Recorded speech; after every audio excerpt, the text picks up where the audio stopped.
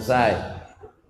Habis itu sekarang kita bahas tentang perjalanan hijrah Nabi Muhammad sallallahu alaihi wasallam. Hijrah ini berawal hari Kamis. Jadi hari Kamis itu berkumpullah datuk-datuk, nenek mama, hulu balang di sebuah lembaga namanya Darun Nadwa. Kalau di Pekanbaru, tadi kami berkumpul juga tadi sore. Nama lembaganya LAM, Lembaga Adat Melayu Riau. Saya alhamdulillah dua-dua saya masuk, LAM sama MIM. LAM Lembaga Adat, MIM Majelis Ulama. Nun aja yang belum lagi. Nun itu bahasa Jawanya apa? Berkumpullah mereka, nama lembaga itu Darun Nadwa. Yang mendirikannya namanya Kusoi. Siapa namanya? Kusoi. Muhammad, anak Abdullah, anak Abdul Muttalib, anak Hashim, anak Abdi Manaf, anak Kusoi. Kita ulang sekali lagi. Muhammad, anak Abdullah, anak Abdul Muttalib, anak Hashim, anak Abdi Manaf, anak Kusoi.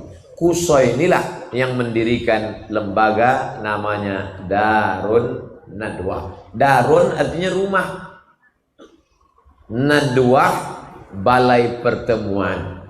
Kalau bahasa kampung awak, convention hall.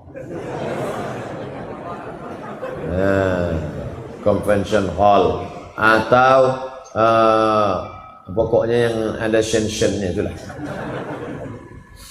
Jadi berkumpullah datuk-datuk, nenek mama, hulu balang, panglima, semuanya hadir waktu itu. Judul agenda acaranya bagaimana menghabisi Muhammad. Pertama dibujuk, Muhammad, mau tak engkau dikasih sawit 2 hektar? Agak-agaknya lah waktu itu.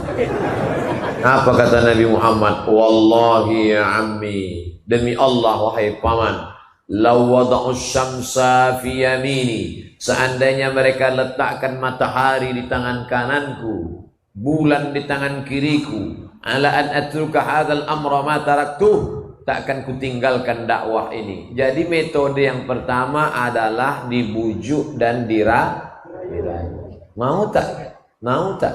Mau tak jadi? Tak mau dia. Tahta, harta, wanita. Tahta, tak mau. Harta, tak mau. Wanita, tak mau. Kalau tidak mau dirangkul, maka dipukul. Metode itu yang sedang dipakai sekarang. Nah, kira-kira mau tak? Saya pula ditawari jadi menteri, mana saya mau? Wakil presiden aja saya tak mau. Ada dirayu. Yang nawari Ustaz jadi menteri siapa? Tak ada.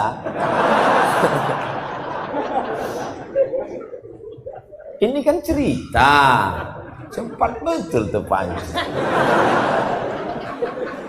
Jadi yang pertama dirayu. Nabi Muhammad tak mampan dirayu. Karena surga itu sudah di kelopak mata dia, nampaknya. Nabi itu asal buka mata nampak surga. Awak buka mie ayam aja jauh, lagi surga. Nah, enak ya ceramah kok di kampung kita sendiri, nyantai.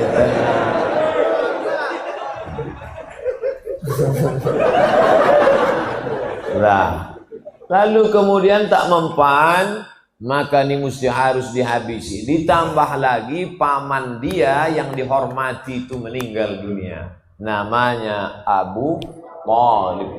Orang segan mau membunuh dia karena paman dia Abu Thalib. Mana orang berani? Samalah macam saya di Pekanbaru. Mana berani orang musik saya? Itu anak buah Pak Ilyas Susti. Macam-macam nanti kalian tengoklah. Mana orang berani? Ceramah saya di Rokan Hulu, mana orang berani? Itu geng Pak Ahmad tuh. Begitu Pak Ahmad berhenti jadi bupati, dicoret nama kita.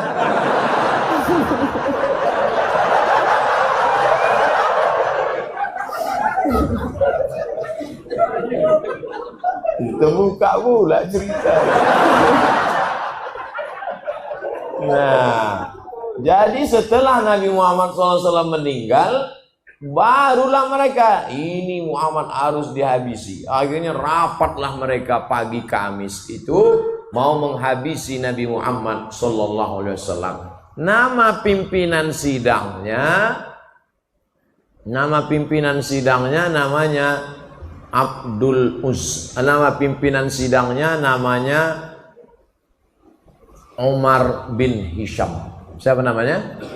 Umar bin Hisham. Kenal Bapak Umar bin Hisham? Kalau saya sebut nama kerennya, oh, Abu Jahal. Makanya kalau kenalan sama orang jangan kasih satu nama. Nama siapa? Umar bin Hisham. Nama di FB Abu Jahal. Umar bin Hisham itu Abu Jahal. Saya dulu tanya, nama Ustadz siapa? Abdul Somad. Loh, kami cari di FB kenapa tak dapat? Di FB Anton.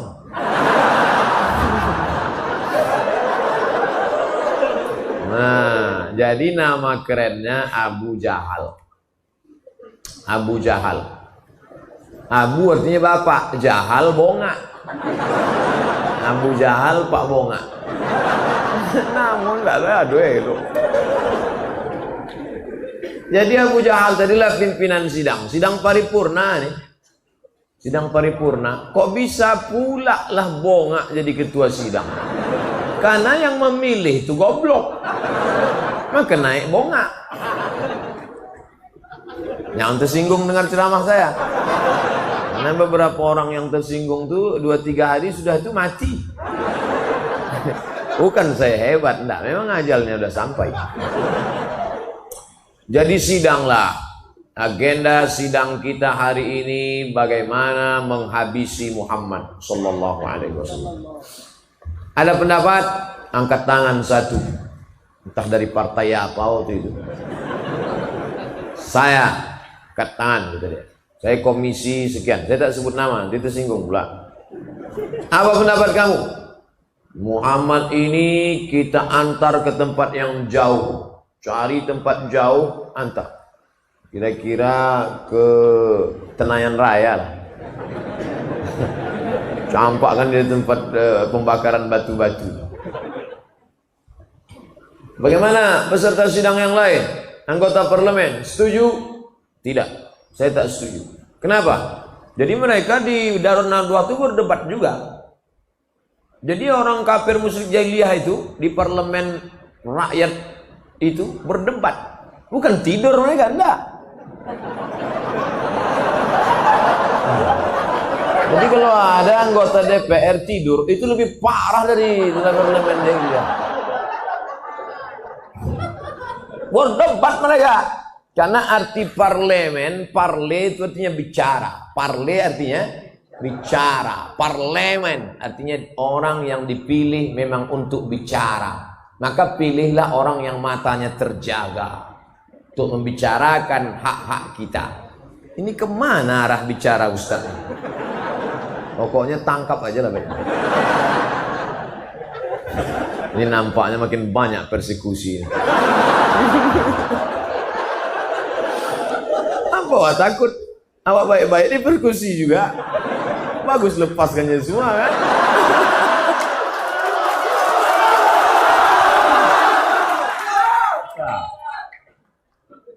Udah itu tak setuju saya. Kenapa kamu tak setuju? Muhammad ini orangnya karismatik. Kalau sampai kita campakkan dia ke tempat yang jauh itu, tiba-tiba di sana nanti pengikutnya banyak dan dia akan kembali ke Makkah dan kita akan mati dibunuh oleh pengikutnya. Berpikir juga parlemen ini. Wah, bahaya ini. Jadi kalau gitu tak usah kita kirim dia, tak usah. Bahaya. Oke, ada peserta yang lain? Ada. Jadi otaknya bekerja mereka ini. Tak ada yang off otaknya. Kerja. Bagaimana menghabisi Muhammad? Pendapat satu tolak. Tak setuju ya? Tidak. Ada pendapat lain? Ada. Apa pendapat kamu? Pendapat saya begini. Kita buat kotak kayu, letakkan di samping Ka'bah, masukkan Muhammad ke dalam. Sallallahu alaihi wasallam. Masukkan dia ke dalam, jangan kasih makan, jangan kasih minum, biarkan dia kering di samping Ka'bah. Gimana? Ini modalnya kan lebih efisien, hemat biaya, mengatasi masalah tanpa masalah. Pegadaian syariah. Kata anggota parlemen yang lain, saya tak setuju. Kenapa? Karena jangan kalian sangka di samping Makkah ini tak ada pengikutnya. Pengikut dia banyak. Kalau sampai mereka melihat pemimpin karismatik mereka dibuat begini kering di samping Ka'bah, maka Makkah akan bergejolak, terjadi revolusi umat besar-besaran. Jadi kalau gitu pendapat pertama tolak, tolak. Pendapat kedua tolak juga, tak bisa kita pakai, tidak. Akhirnya suasana sepi, kata pimpinan sidang, kalau gitu kita break dulu, kita mabuk-mabuk dulu sebentar.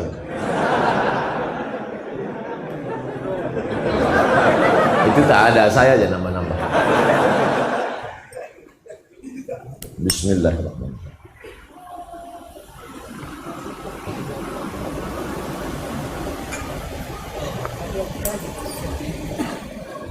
Ada pendapat yang lain? Ada. Siapa yang berpendapat? Pimpinan sidang Umar bin Hisham berpendapat. Apa pendapat kau Umar bin Hisham? Kalau kita antar ke tempat jauh nanti pengikutnya banyak, betul. Kalau kita kurung di Makkah nanti bergejolak, betul. Ini paling efisien. Gimana? Cari anak muda yang paling tegap badannya, kasih dia pedang paling panjang, masuk ke dalam kamar Muhammad malam-malam, bacok kepalanya. Selesai. Waktu itu sniper belum ada lagi. Sniper dari Jawa ya. Nanti kalau bapak tiba-tiba tengok Ustadz Somad hilang, berarti udah kena yang ketiga. Kirim satu orang, mati. Selesai. Oh, yang lain tak setuju. Saya tak setuju. Kenapa? Kamu tahu Muhammad itu siapa? Muhammad, anak Abdullah, anak Abdul Muttalib, anak Hashim, anak Abdi Manaf, anak Qusay, keturunan Kilab, Lu'ay, Fihir, cucu-cucu Adnan, mengalir darah Ismail anak Ibrahim alaihi salam. Kalau sampai cucu Ibrahim dibunuh, maka kabilah yang lain mengamuk. Akhirnya suasana rapat, deadlock. Voting tak ada waktu itu. Bingung mereka, gimana ini? Muncul ide. Orang yang jahat-jahat tuh idenya dari mana? Dari setan. Main otak setan, mindset otak setan. Ada aja idenya kalau untuk yang jahat-jahat. Yang baik-baik pula ngantuk.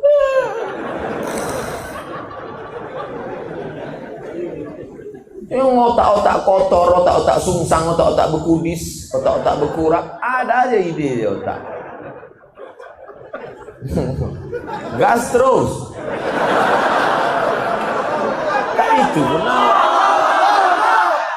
Nampaknya makin banyak daerah batal nih. Jadi gimana? Kata Abu Jahal, aku ada ide. Gimana caranya? Jangan utus satu orang. Kalau satu orang yang membunuh, pasti dicari. Kalau satu orang bunuh, dia nanti akan dicari. Dan satu suku akan ditangkap. Jadi gimana caranya?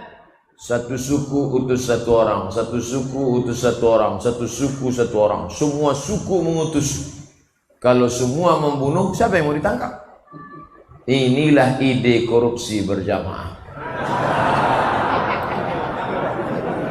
Kalau satu tangkap, tapi kalau ramai-ramai siapa mau tangkap? Betul kan? Banyak yang setuju kan? Akhirnya diutuslah anak muda. Mantap ide ini Abu Jahal. Mantap ide ini, mantap. Akhirnya Kamis dari pagi mereka sidang, Kamis siang ditetapkan, maka hari Kamis ditetapkan setiap suku mengutus satu anak muda, satu anak muda, satu anak muda. Eksekusinya kapan? Langsung dalam waktu yang sesingkat-singkatnya, nanti malam Jumat. Dengan ini sidang ditutup oleh Abu Jahal. Mereka pun tanda tangan untuk pengambilan gaji, uang tunjangan, uang apa segala macam. Habis itu mereka pun balik ke rumah masing-masing. Sidang pun tutup, Darunat 2 tutup. Selesai. Datanglah Jibril ke rumah Nabi Muhammad SAW. Muhammad, nanti malam engkau hijrah. Kata Nabi, kenapa gitu Jibril? Karena tadi sudah dapat bocoran. Itulah gunanya ilmu sadap menyadap. Jadi rupanya rapat tertutup pagi itu disadap. Sadap itu maksudnya apa sadap? Bukan memotong gotah. Itu menaki. Sadap itu direkam. Itu kerja KPK itu sudah ada sejak zaman Nabi Muhammad sallallahu alaihi wasallam. Zuhur Nabi pergi ke rumah Abu Bakar. Assalamualaikum Abu Bakar. Waalaikumsalam. Nanti malam kita hijrah Abu Bakar. Siap ya Rasulullah? Abu Bakar memang udah lama siap. Tinggal menunggu saja. Kenapa nanti malam wahai Rasulullah? Karena tadi Jibril sudah membawa berita ke rumahku bahwa nanti malam anak muda akan memancung kepalaku dan saat itulah kita keluar. Oke, siap. Siap Abu Bakar Siddiq. Apa pelajaran dari sini? Kita perlu sahabat setia. Makanya saya tak khawatir karena sahabat saya banyak. Banyak sahabat Ustaz. Di Instagram 4 juta sekarang.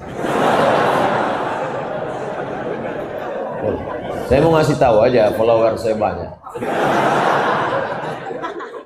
Di FB 1.200.000. Tapi yang siap mati tak tahulah.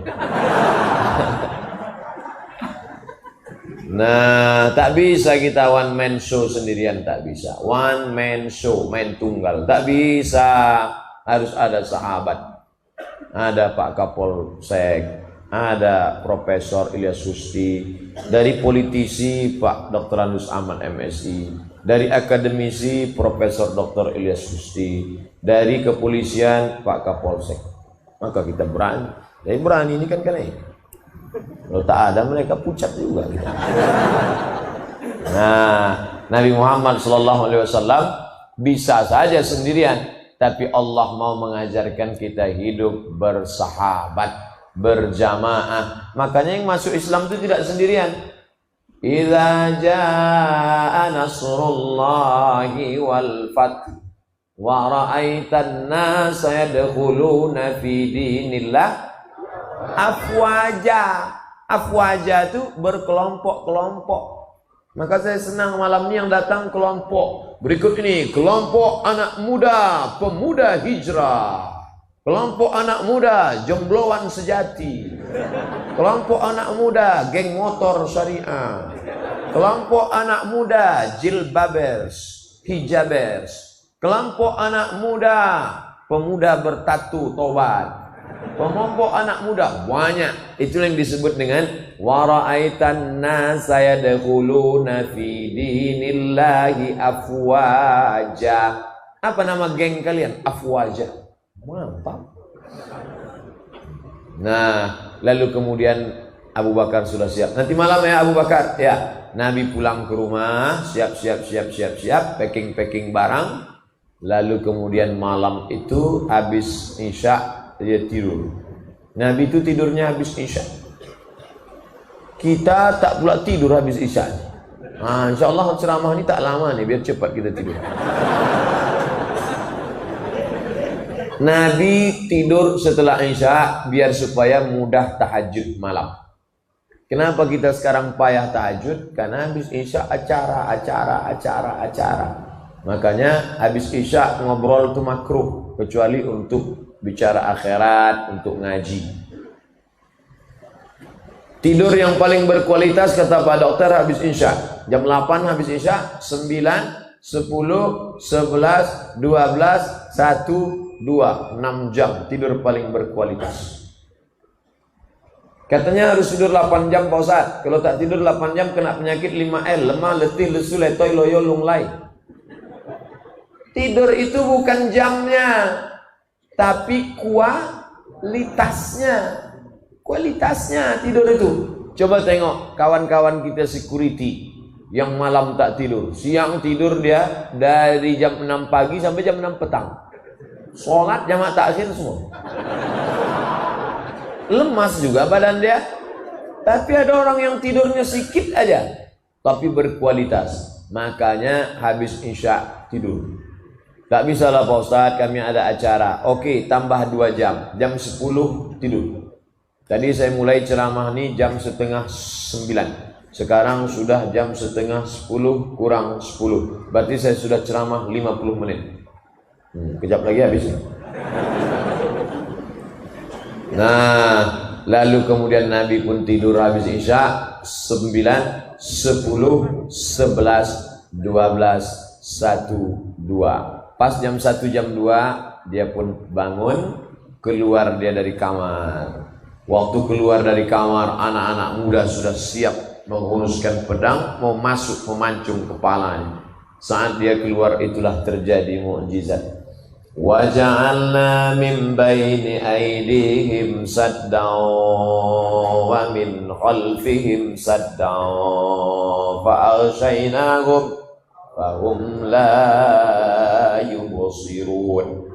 Wa ja'alna min baini aydihim sadda, di depan mereka tembok. Wa min khalfihim sadda, di belakang mereka tembok. Fa aghshaynahum, kami tutup mata mereka. Fahum la yubsirun, mereka tak bisa menengok Muhammad. Nabi buka pintu, Nabi lewat, mereka macam orang kena pukau. Dan dipoto pula. Mengangguk. Dilemparkan Nabi pasir ke kepala mereka. Nabi pergi, setelah Nabi pergi baru mereka terbangun, pegangnya kepala. Pasir. Masuk mereka ke dalam, mereka mau cincang tempat tidur Nabi. Buka dulu selimut, coba buka dulu. Begitu dibuka selimut, Sayyidina Ali. Ali, iya, Muhammad mana? Mana? Aku tahu, kata dia.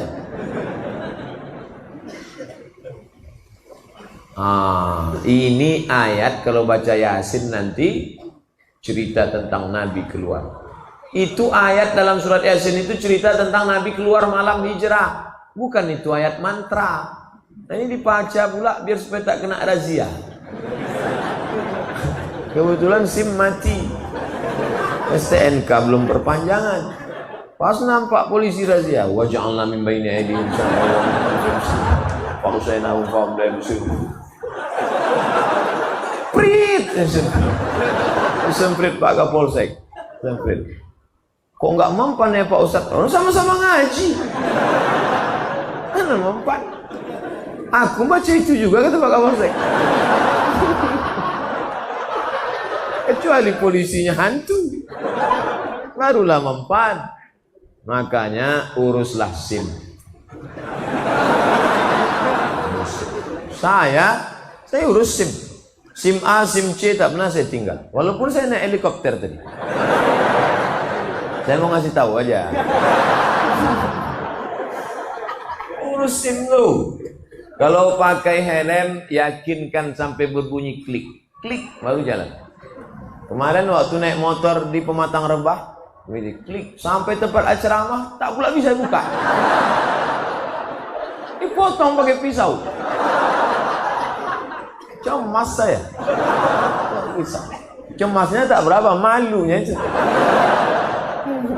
Sempat viral, helm tak terbuka.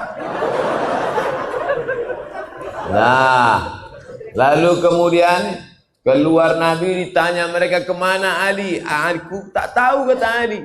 Nabi pun langsung ke rumah Abu Bakar Siddiq. Abu Bakar pun menemani Nabi SAW. Naiklah mereka ke atas, nama bukitnya Jabal Thur. Jabal Thur. Kalau tempat Nabi menerima wahyu, Jabal Nur. Tulisannya sama, alif, lam, garis, waw, ra. Yang satu titiknya 1, nur. Yang satu titiknya 3, Thur. Bukan saur, Thur. Letakkan ujung lidah di gigi atas. Payah bahasa Arab nih Pak Ustaz. Thur itu ada dalam bahasa Inggris. Nah, health, WHO. World Health Organization.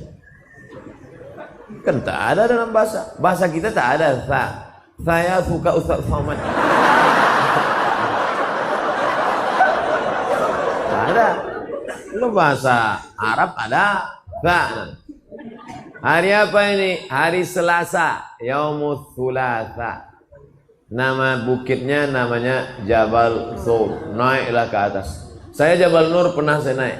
Jabal Nur naik. Jabal Sur jarang orang naik.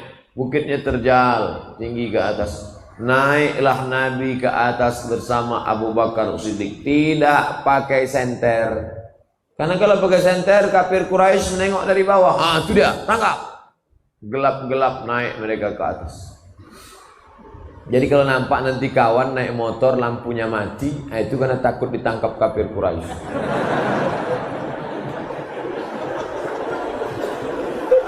Naik mereka ke atas, tengah malam gelap, jam 2 malam, jam 3 malam, sampai ke atas. Nabi udah mau masuk ke dalam Jabal Sur, ada gua kecil. Mau masuk Nabi ke dalam, ditahan Abu Bakar. Jangan ya Rasulullah. Kenapa kata Nabi? Mana tahu ada binatang berbisa di dalam, biar aku cek dulu. Masuk Abu Bakar ke dalam, dicek Abu Bakar, tengok tak ada ular, tak ada kalajengking, bersih, silakan masuk ya Rasulullah. Andailah kita sama Nabi malam itu, andai saya lah sama Nabi waktu itu, saya persilakan ya Rasulullah, silakan masuk.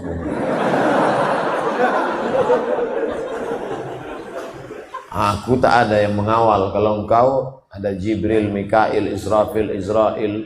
Kalau aku siapa? Satpol PP pun tak ada. Abu Bakar Siddiq nyawanya diberikannya untuk Nabi Muhammad sallallahu alaihi wasallam. Makanya kalau kita salat tarawih, Al-Khalifatul Awwal Abu Bakr Siddiq. Apa kata jamaah? Radhiyallahu an. Belum pernah lagi protokol manggil saya. Berikut ini mari kita panggil Al-Mukarram Ustaz Abdul Somad. Tiba-tiba dijawab jamaah, radhiyallahu an. Karena itu titel diberikan Allah karena perjuangan untuk Nabi Muhammad sallallahu alaihi wasallam. Setelah bersih, masuklah Nabi ke dalam. Abu Bakar bersandar ke dinding gua, batu, bukan macam kita tanah, bersandar dia. Jadi kalau ada nampak jamaah bersandar, itu bukan dia mengantuk, dia ingin mengenang bagaimana hijrah Muhammad. Supaya terasa. Tak boleh kita suuzon semua. Cuma Abu Bakar malam itu. Sandar Abu Bakar, kaki Abu Bakar nih melonjor, manjang, karena capek lelah berjalan. Datang Nabi Muhammad sallallahu alaihi wasallam meletakkan tengkuknya di atas paha Abu Bakar. Saya sama Umar yang bawa acara tadi akrab, lama sudah saya kenal. Waktu dia nikah saya tausiah. Tapi rasanya kalau dia duduk meletakkan ke paha dia segan pula. Nabi dengan Abu Bakar tak ada jarak. Diletakkannya tengkuknya ke paha Abu Bakar. Nabi pun tertidur. Tak lama Nabi tertidur, terbangun Nabi. Menetes air dari atas. Kata Nabi, gelap. Air apa nih Abu Bakar? Hujan tak mungkin, embun tak mungkin. Air apa nih Abu Bakar? Kata Abu Bakar, air mataku ya Rasulullah. Kenapa engkau menangis? Kakiku disengat binatang berbisa. Kakinya disengat binatang berbisa. Bapak ibu kalau mau tahu rasanya, balik dari sini, pergi ke tempat jual makanan ikan arwana. Beli lipan agak 3 biji. Nah, kalau mau merasakan bagaimana Abu Bakar malam itu. Kakinya bisa dia tahan, tak bergerak kakinya, memangku kepala Nabi Muhammad SAW, bisa tak bergerak. Andai kita lah yang mangku malam melompat. Mohon maaf ya Rasulullah, tak tertahan gila-gila. Abu Bakar kaki bisa ditahan, tak bergerak kakinya, disengat binatang tak bisa ditahankannya. Tapi ada satu yang tak bisa ditahannya, air mata tak bisa. Tak bisa ditahan. Makanya kadang kita tengok anak-anak muda di kantin kampus tuh menangis, menengok lontong. Kau nangis kenapa? Galau Pak Ustaz. SMS nggak dibalas, telepon nggak diangkat. Pret. Mental kerupuk. Baru menghadapi itu gimana mau melawan Israel? Maulah pakai pampers. Oh gitulah Abu Bakar Siddiq menahankan sengatan. Satu yang tak bisa ditahan, air mata. Tapi sekarang ada ibu-ibu yang bisa menahan air mata. Waktu meninggal lakinya tak nangis deh. Tanya, ibu tak nangis? Tidak Pak Ustaz. Kenapa? Udah lama aku tunggu.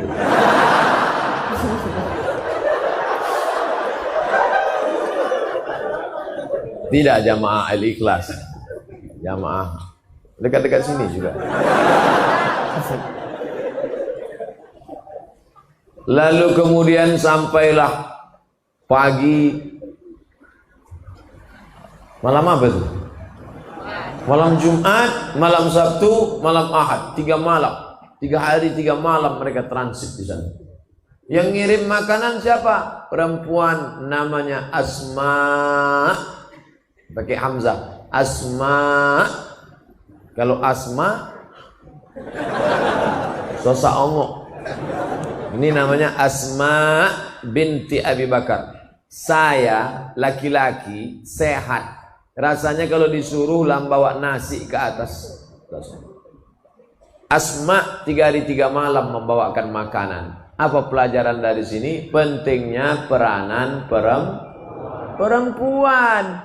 Jangan katakan Islam tak mempedulikan perempuan. Nih, pelajaran dari hijrah Nabi Muhammad SAW. Perempuan naik ke atas membawa makanan. Selama 3 hari berita hiruk pikuk di Makkah ini harus disampaikan ke Nabi di atas. Berita di Makkah sampai ke atas. Berita di Makkah sampai ke atas. Siapa yang membawa berita? Namanya Abdullah. Malam dia di atas, siang dia di Makkah. Dengar berita, naik ke atas. Apa makna pelajaran dari sini? Pentingnya update status. Makanya nanti kalau ada kawan sedikit-sedikit update. Alhamdulillah Ustaz Somad sudah berada di tempat. Alhamdulillah Ustaz sudah menduduki. Alhamdulillah Ustaz baru saja minum. Itu ciri-ciri Abdullah. Update mantau terus. Itu juga kalau ada kawan-kawan mengambil gambar, itu termasuk ciri-ciri Abdullah yang mengambil. Allahu Akbar. Dah, yang mengantar makanan Abdullah. Asma yang membawa berita Abdullah. Yang menemani di gua Abu Bakar. Yang menempati tempat tidur Nabi Ali bin Abi Thalib. Ada pula yang pura-pura mengembala kambing di bawah untuk ngasih kode ke atas. Kalau tiba-tiba nanti datang kafir Quraisy, namanya Amir bin Fuhairah. Inilah yang dikenal sekarang dengan istilah job description, pembagian kerja. Nah, jadi adik-adik yang buat komunitas harus bagi kerja. Acara malam ini terwujud sedemikian orang banyak. Ini kan karena ada job description.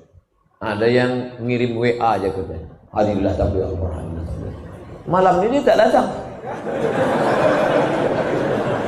Kau kemana? Aku ngirim aja katanya. Pahala udah dapat katanya. Ini pun berkurap juga otaknya. Kita itu kalau mengajak orang, kita berbuat. Jangan nyuruh orang datang. Hadirlah tabligh akbar, hadirlah tabligh akbar. Kau tak datang, aku dapat pahalanya aja lah. 3 hari 3 malam di dalam. Kenapa mesti 3 hari 3 malam? Menunggu suasana. Inilah yang disebut dengan strategik. Strategi. Bahasa Arabnya siasah. Bahasa kitanya siasat. Jadi jangan kalian bayangkan Nabi keluar rumah, langkah kaki, bismillahirrahmanirrahim, la haula wala quwata illa billah, apa yang terjadi terjadilah. Kan begitu. Itu namanya pasrah tapi tak rela. Nabi penuh dengan matang pembagian tugas kerja. Ali, kau tidur di tempat tidur aku. Abu Bakar, kau menemani aku di atas. Asma, bawa makanan. Abdullah, update berita. Amir bin Khairah, engkau pura-pura mengembala kambing. Malam Jumat, malam Sabtu, malam Ahad, mengkecoh musuh sehingga musuh kehilangan. Wah, hilang nih. Mana dia? Mana dia? Dia masih ada di lokasi, menunggu dulu. Karena kalau langsung berangkat ditangkap lah. Strategi.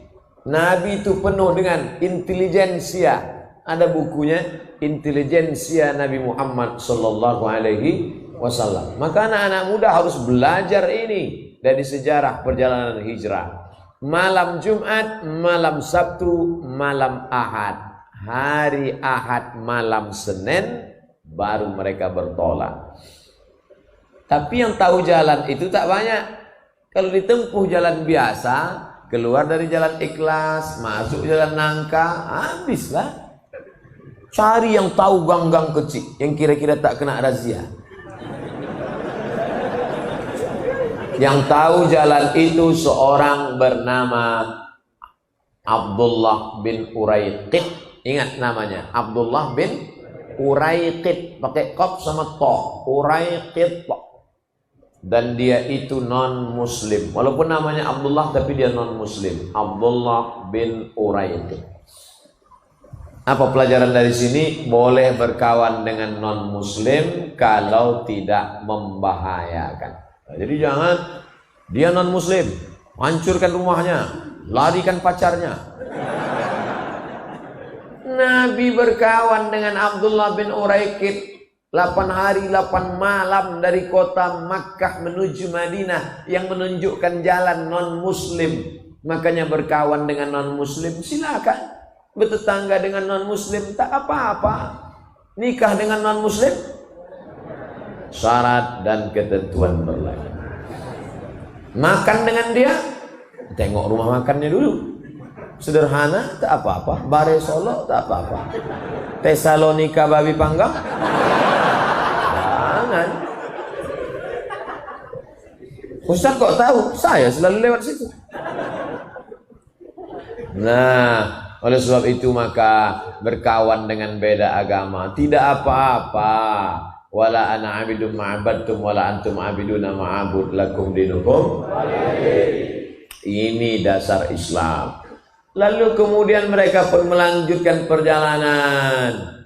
Abu Bakar Siddiq penunjuk jalannya Abdullah bin Uraiqid, Nabi Muhammad SAW. Tentu ada duit, ongkos, biaya perjalanan.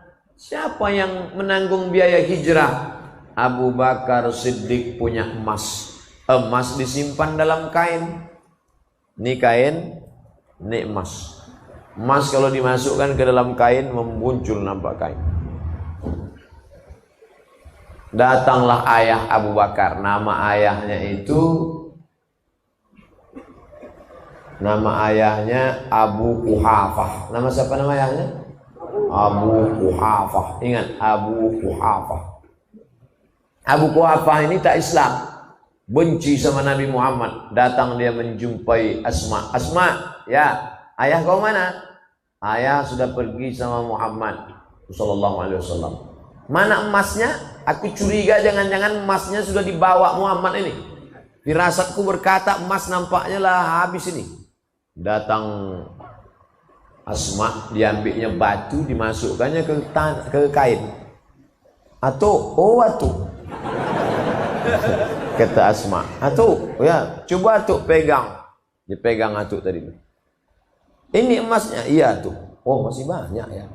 Padahal batu. Itu boleh membohongi orang buta yang bongak, tolol, goblok. Siasat, ini sedang siasat ini. Akhirnya Abu Quhafah itu masuk Islam juga. Tapi nanti setelah 8 tahun hijrah, pindah balik ke Makkah, baru dia masuk Islam. Abu Quhafah masuk Islam. Makanya jangan nonton cuman CD kedua, CD ketiga masih ada. Pegang, ini emasnya, ya. Padahal batu. Emas itu sudah dibawa perjuangan. Makanya nanti kalau ada ustadz ceramah, isinya mencaci maki Abu Bakar, Itu ciri aliran sesat, mencaci maki Abu Bakar. Abu Bakar pengkhianat, Abu Bakar merampas kekuasaan Ali. La tasubbu ashabi, jangan kau caci maki sahabatku. Lau anfaqa ahadukum mithla Uhudin zahaban, seandainya ada di antara kalian yang bersedekah emas sebesar bukit Uhud, belum tentu dapat setengah mudnya Abu Bakar Siddiq. Habis hartanya untuk Islam. Kita apa? Kita apa perjuangan kita untuk Islam? Kotak tadi aja hilang, entah kemana kan? Keluarkan kotak tadi balik. Ini udah cerita-cerita emas nih, saya yakin ibu-ibu itu udah siap nih. Mana dia Ustaz? Mana katanya? Waktu kotak dibagikan di Mesir, acara penggalangan dana, mata saya menengok sendiri ibu-ibu orang Mesir itu mengeluarkan emas. Oh, masuk dalam. Kalau mau nengok di Masjid Ikhlas, coba. Besok pas dibawa ke Ramayana, rupanya imitasi. Orang yang bersedekah emas imitasi masuk surga, surganya imitasi juga. Lalu kemudian mereka pun melanjutkan perjalanan. Sampai di tengah perjalanan, tiba-tiba nampak abu. Bahasa Indonesianya apa tuh? Debu, abu. Ya Rasulullah, ya. Aduh, abu ya Rasulullah. Ada debu ya Rasulullah. Ditengok Rasulullah. Oh, ada orang mengejar kita. Karena orang kalau naik kuda kencang, itu debunya naik ke atas. Ada orang mengejar. Rupanya yang mengejar itu namanya Suraqah. Pakai qah, Suraqah. Sampai ke kampung kita serakah. Dikejarnya Nabi kencang. Begitu sudah mau sampai menangkap Nabi, ujung kaki kuda depannya terperosok ke pasir, jatuh bergelinding, berguling jatuh. Padahal seumur hidup nenek kuda tak pernah jatuh. Macam saya, mana pernah saya jatuh? Ada 2 kali, itu pun kudanya pelan. Jatuh. Akhirnya sadar dia. Dikejarnya lagi Nabi Muhammad, dicegatnya Nabi. Stop. Aku Suraqah seumur hidup tak pernah jatuh dari kuda, pembunuh bayaran. Tapi sekarang aku sadar, rupanya yang ku kejar ini bukan manusia biasa. Engkau manusia bukan biasa. Maka hari ini itu maknanya ada orang yang keluar dari rumah dengan niat jahat, tapi di tengah jalan bisa menjadi baik. Tapi sebaliknya ada orang yang dari rumah baik, tiba-tiba di jalan menjadi jahat. Apa pelajaran yang bisa kita ambil? Jangan sampai di akhirat kita malu sama Suraqah. Waktu itu Suraqah sudah ditawarkan, kalau kau bisa membawa kepala Muhammad, kau akan dikasih 100 ekor onta. 1 ekor onta paling murah 30 juta. Itu pun onta-onta yang udah berkurap lah itu lah. Kalau 1 ekor onta 30 juta kali 100 berapa?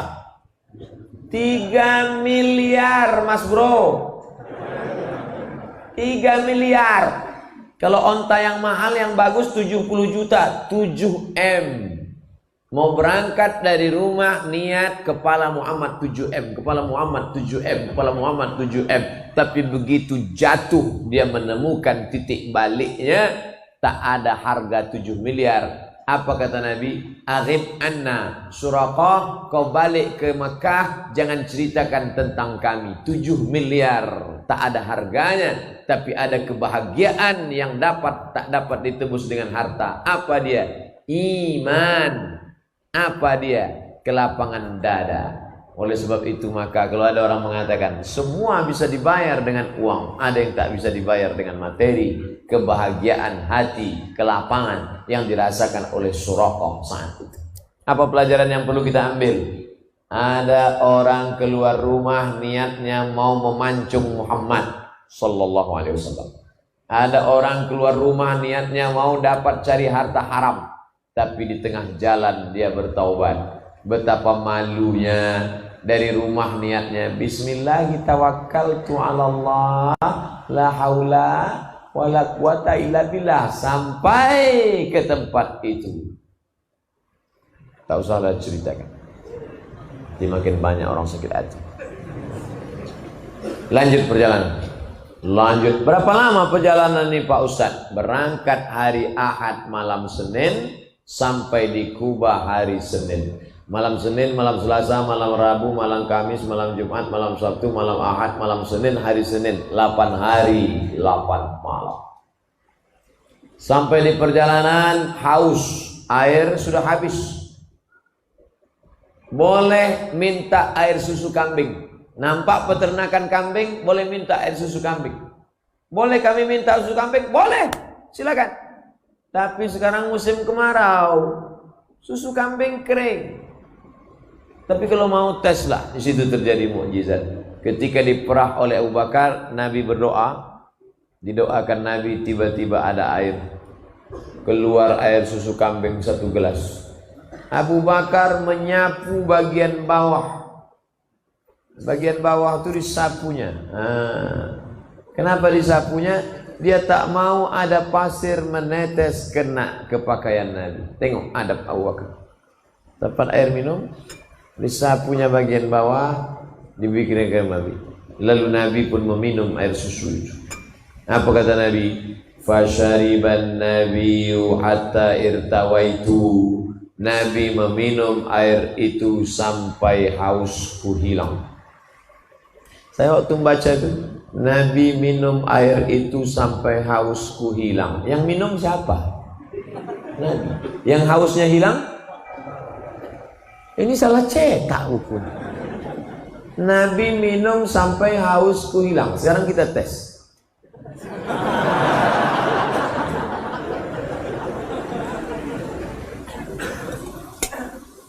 Keluar status. Melihat Ustadz minum, hausku menjadi-jadi. Abu Bakar sudah sampai pada tingkat merasakan tenggorokan Muhammad sallallahu alaihi wasallam. Air susu lalu di tenggorokan siapa? Tenggorokan Muhammad. Tapi yang lega tenggorokan siapa? Kalau sampai ke tingkat itu, itulah ukhuwah. Tapi jangan dibalik. Banyak juga sekarang anak muda tak nikah. Kau kenapa tak nikah? Nengok kau nikah, aku sudah terasa nikah. Ngada-ngada. Oleh sebab itu maka inilah puncak daripada. Ada orang sekedar simpati. Kasiannya Abu Bakar sudah sampai pada tingkat di atas simpati. XL itu Pak Ustaz. Empati. Merasakan perasaan kawan. Inilah yang dikenal dengan tenggang rasa, tepos liro. Puncak daripada cinta, puncak daripada ukhuwah Islamiyah, puncak daripada persaudaraan adalah merasakan perasaan orang lain. Maka kita paham hijrah itu kenapa tidak kun payakun. Padahal kalau mau ngapain 8 hari 8 malam. Minal masjidil harami ilal masjidil aqsa. Naik lagi ke Sidratul Muntaha. Tak sampai semalam selesai. Innama amruhu iza arada syai'an ayakula lahu kun. Kenapa perjalanan ini 8 hari 8 malam? Dengan berjalan kita kenal dengan orang. Kau kenal dengan si fulan? Kenal. Pernah kau jumpa? Enggak, kau belum kenal. Kau kenal dengan si fulan? Kenal. Pernah kau salaman sama dia? Belum, kau belum kenal. Kau kenal dengan si fulan? Kenal. Pernah kau seperjalanan sama dia? Tidak, belum kenal. Berjalan sama orang, barulah sadar kita. Selama ini dia nampaknya sabar, berwibawa. Rupanya perut kenyang. Waktu lapar, nampak musang berbulu harimau. Bapak Ibu yang dimuliakan Allah Subhanahu wa ta'ala. Makanya kalau mau kenalan sama orang, banyak perjalanan. Saya ingin berkenalan dengan anak-anak muda ini. Nanti sampai masanya kita akan sama-sama berjalan touring kita nanti. Barulah kita kenal. Baru tahu kawan mana lawan ketika busi mati.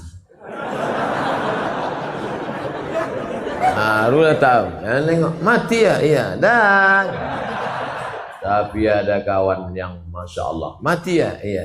kasihnya mancis nih, bakar aja.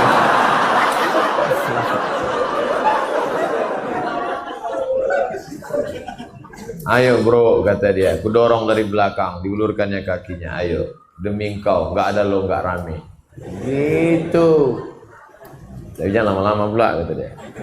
Nah, akhirnya singkat cerita sampailah mereka disambut dengan tala'al badru alaina min saniyatil wada' wajaba syukru alaina mada'anillahi da'.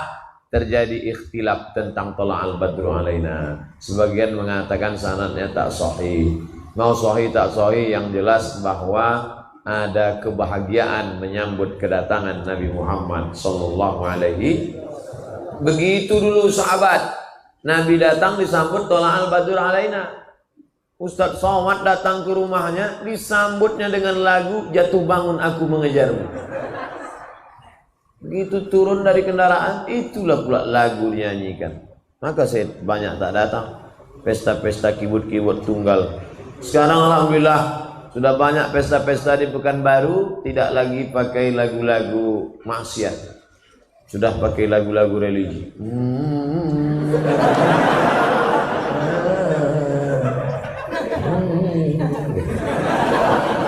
Terus tengok suaranya mantap, tengok berkumis. Jadilah ibu-ibu yang mau pakai rebana bagus, tapi jangan pula ada acara nikah dinyanyikan lagu bila Israel datang mama, menangislah kedua mempelai di atas. Sesuaikanlah sama lagu bahagia, lagu barakallahu lakuma wa baraka alaikuma. Barulah ini enggak lagu No Woman No Cry. No Woman No Cry. Yang menyanyi tak paham, yang mendengar tak paham, sama-sama mengangguk. Tak apa diangguk kan. Sampai di Kuba hari Senin, menginap sampai malam Selasa, malam Rabu, malam Kamis, malam Jumat. Selama 4 malam berdiri satu masjid. Itulah dia Masjid Kuba. Bukan Fidel Castro. Kuba pakai kop, bukan Kuba. Kuba cerutu. Masjid Kuba. Siapa yang sholat di Masjid Kuba sama dengan umroh. Iya Pak Ustadz, iya, menyesal kami Ustadz, kemarin di Masjid Kuba tak sholat. Jadi apa? Ambil selfie. Tak sholat sunat. Sholat sunat di Masjid Kuba. 4 hari 4 malam berdiri satu masjid.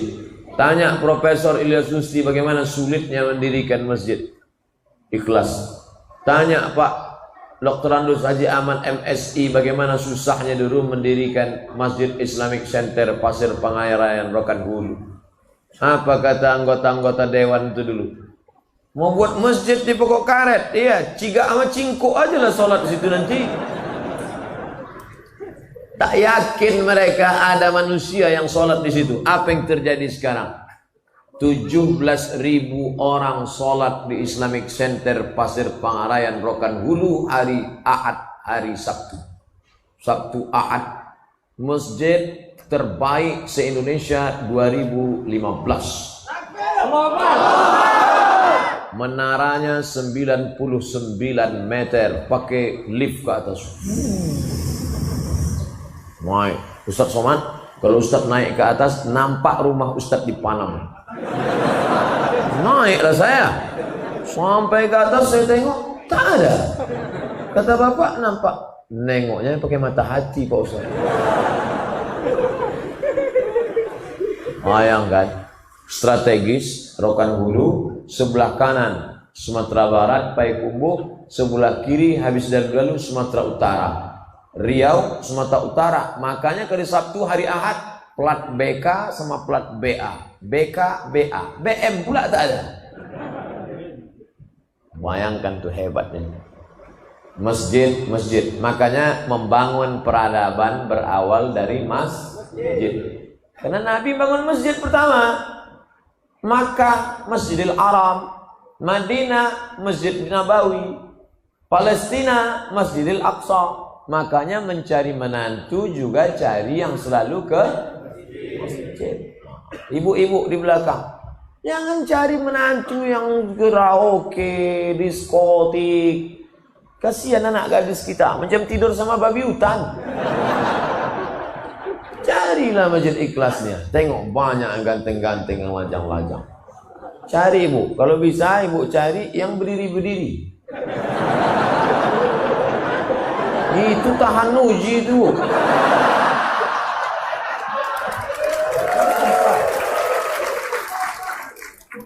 Tadi mulai ceramah jam 8:30, sekarang jam 10. Udah 90 menit saya ceramah. Tak terbayangkan gimana kesemutannya itu.